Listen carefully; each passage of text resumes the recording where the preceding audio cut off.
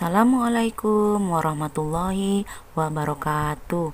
Apa kabar anak-anak ibu? Sehat kan? Alhamdulillah. Nah, hari ini kita lanjutkan lagi pelajaran kita. Agar yang ibu sampaikan dapat kamu pahami dengan mudah, terlebih dahulu kita berdoa sebelum belajar. Ayo tadahkan tangannya. Bismillahirrahmanirrahim. Rabbi zidni ilma warzuqni fahma wa amalan sholiha. Amin. Kita lanjutkan pelajaran 5 lagi anakku dengan subtema kisah teladan Nabi Musa alaihissalam. Kelahiran Nabi Musa alaihissalam. Nabi Musa alaihissalam lahir di zaman Raja Fir'aun. Di masa itu, Fir'aun memerintahkan setiap bayi laki-laki yang lahir harus dibunuh karena pengaruh mimpinya. Menurut ahli nujumnya, mimpi Raja Fir'aun menandakan akan lahir seorang bayi laki-laki dari Bani Israel yang kelak akan membinasakan kekuasaannya. Raja Fir'aun terkenal sombong dan mengaku dirinya sebagai Tuhan. Allah Subhanahu wa Ta'ala melindungi Nabi Musa alaihissalam dengan menurunkan ilham kepada ibu Musa agar anaknya Musa alaihissalam dimasukkan ke dalam peti, kemudian dihanyutkan ke dalam sungai Nil. Bayi Musa pun diselamatkan oleh seorang wanita bernama Asyah yang merupakan istri Fir'aun. Melihat anak itu, Fir'aun marah. Akan tetapi, dengan bujuk rayu Aisyah, Fir'aun luluh hatinya. Ia tidak jadi membunuh Musa kecil. Suatu ketika, Musa kecil menangis karena kehausan. Aisyah memerintahkan pengawalnya untuk mencari ibu yang dapat menyusui bayi itu. Maka berdatanganlah wanita-wanita yang ingin menyusui bayi Musa alaihissalam. Namun, setiap kali ada wanita yang hendak memberinya susu, bayi Musa alaihissalam tidak mau, bahkan ia tetap menangis. Hingga akhirnya datanglah seorang wanita bernama Yukabad. Wanita ini menggendong dan menyusuinya. Seketika itu juga Musa kecil terdiam dan berhenti menangis sampai tertidur nyenyak. Mereka tidak mengetahui ternyata Yukabad adalah ibu Musa sendiri. Asyah meminta agar Yukabad tinggal di lingkungan istana untuk mengasuh Musa kecil. Yukabad pun bersedia dan dengan senang hati mengasuh anaknya sendiri di lingkungan istana Fir'aun. Nabi Musa alaihissalam suka menolong. Suatu ketika, seorang laki-laki bergegas datang kepada Musa alaihissalam dan berkata, "Hai Musa, sesungguhnya pembesar sedang berunding untuk membunuhmu. Keluarlah dari kota ini. Inilah nasihatku kepadamu." Musa alaihissalam mengikuti nasihat orang itu. Maka keluarlah ia dengan perasaan khawatir seraya berdoa kepada Allah Subhanahu wa Ta'ala. "Ya Tuhanku yang maha kuasa, yang maha pengasih, lagi maha penyayang.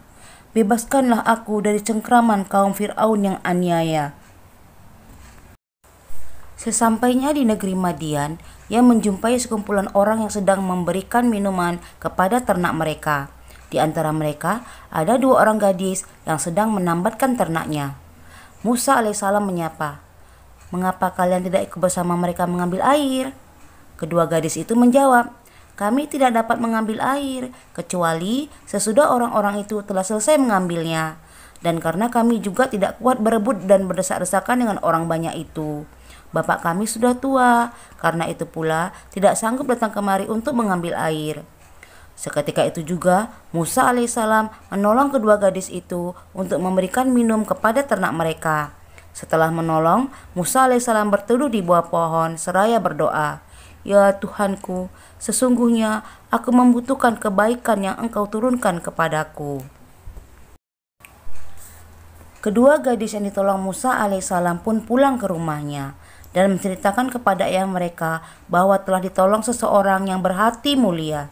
Salah seorang dari gadis itu pun berkata, "Ya ayahku, ambillah ia, Musa, sebagai orang yang bekerja kepada kita. Kelihatannya ia orang yang kuat dan dapat dipercaya." Si ayah mengabulkan permintaan putrinya. Ternyata ayah kedua wanita itu tak lain adalah Nabi Syuaib alaihissalam. Disinilah perjumpaan antara Nabi Syuaib alaihissalam dengan Nabi Musa alaihissalam. Pada akhirnya, Nabi Syuaib alaihissalam menikahkan salah satu putrinya dengan Nabi Musa alaihissalam. Nabi Musa alaihissalam menghadapi Fir'aun. Nabi Musa alaihissalam telah diberi Allah mukjizat, yaitu tongkat yang dapat dijadikan ular. Tangan Nabi Musa alaihissalam dapat mengeluarkan cahaya dan menjadi pelindung baginya dari ketakutan. Kedua mukjizat inilah yang dijadikan Musa alaihissalam untuk melawan Fir'aun bersama tukang sihirnya. Kedatangan Nabi Musa alaihissalam di Mesir membuat Fir'aun marah dan menuduh Nabi Musa alaihissalam sebagai tukang sihir yang hendak mengusir Fir'aun dari negeri itu. Musa alaihissalam mengingatkan Fir'aun, "Janganlah kamu membuat dusta, nanti kamu dibinasakan dan mendapatkan siksa oleh Allah Subhanahu wa Ta'ala." Fir'aun dan tukang sihirnya tetap saja melawan dan menantang. Akhirnya Nabi Musa alaihissalam meladeni dan berkata, "Kalau begitu, kumpulkanlah semua tukang sihirmu. Datanglah beramai-ramai, kita berjumpa di suatu tempat." Di hari perjumpaan itu, tukang sihir Fir'aun berkata, "Ya Musa, lemparkanlah tongkatmu lebih dahulu, atau kami akan memulai lebih dahulu." Lalu Nabi Musa menjawab, "Kamulah lebih dahulu." Lalu tukang sihir Fir'aun melemparkan tali-tali dan tongkat-tongkatnya yang kemudian berubah menjadi ular menjalar mengelilingi Nabi Musa alaihissalam. Lalu kemudian Allah Subhanahu wa Ta'ala berfirman, "Dan lemparkanlah apa yang ada di tangan kananmu. Niscaya ia akan menelan apa yang mereka perbuat.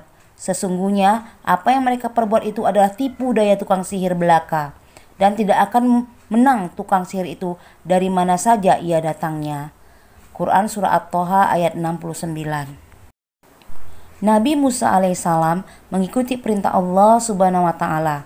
Kemudian ia melemparkan tongkatnya. Seketika itu, jadilah ular besar merayap sambil memakan ular-ular tukang sihir Fir'aun. Kejadian ini membuat sebagian tukang sihir Fir'aun mengaku kalah dan bersujud kepada Tuhan. Karena melihat tukang sihir tersebut telah beriman kepada Nabi Musa alaihissalam, demikian juga dengan istrinya Siti Asia, maka Fir'aun bertambah marah dan ganas. Bersama bala tentaranya, dia menyiksa orang-orang yang beriman termasuk istrinya sampai mati. Melihat yang demikian, Nabi Musa alaihissalam dan orang-orang yang beriman mundur dan melarikan diri dari kota Mesir. Fir'aun dan tentaranya terus mengejar Nabi Musa alaihissalam dan pengikutnya sampai ke dekat Laut Merah. Nabi Musa alaihissalam dan pengikutnya kebingungan. Pada saat itulah turun wahyu dari Allah Subhanahu wa Ta'ala yang memerintahkan agar Nabi Musa alaihissalam memukulkan tongkatnya ke permukaan Laut Merah. Tiba-tiba saja laut membelah menjadi dua bagian. Jalan yang panjang telah terbentang di hadapan mereka.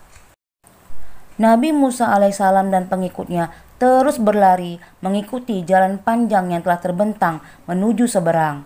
Di kejauhan terlihat Fir'aun dan bala tentaranya terus saja mengejar Nabi Musa alaihissalam. Akhirnya Nabi Musa alaihissalam sampai di seberang dengan selamat. Sementara Fir'aun dan tentaranya masih berada di pertengahan jalan. Di saat itulah Allah Subhanahu wa Ta'ala mengembangkan Laut Merah seperti semula. Fir'aun dan tentaranya pun ditelan oleh air laut. Demikianlah pembalasan dari Allah Subhanahu wa Ta'ala terhadap orang yang durhaka. Nah, tugas anak-anak ibu ada di buku paket halaman 57. Ayo berlatih. Bagian A, jawablah pertanyaan-pertanyaan berikut nomor 4, 5, dan 6.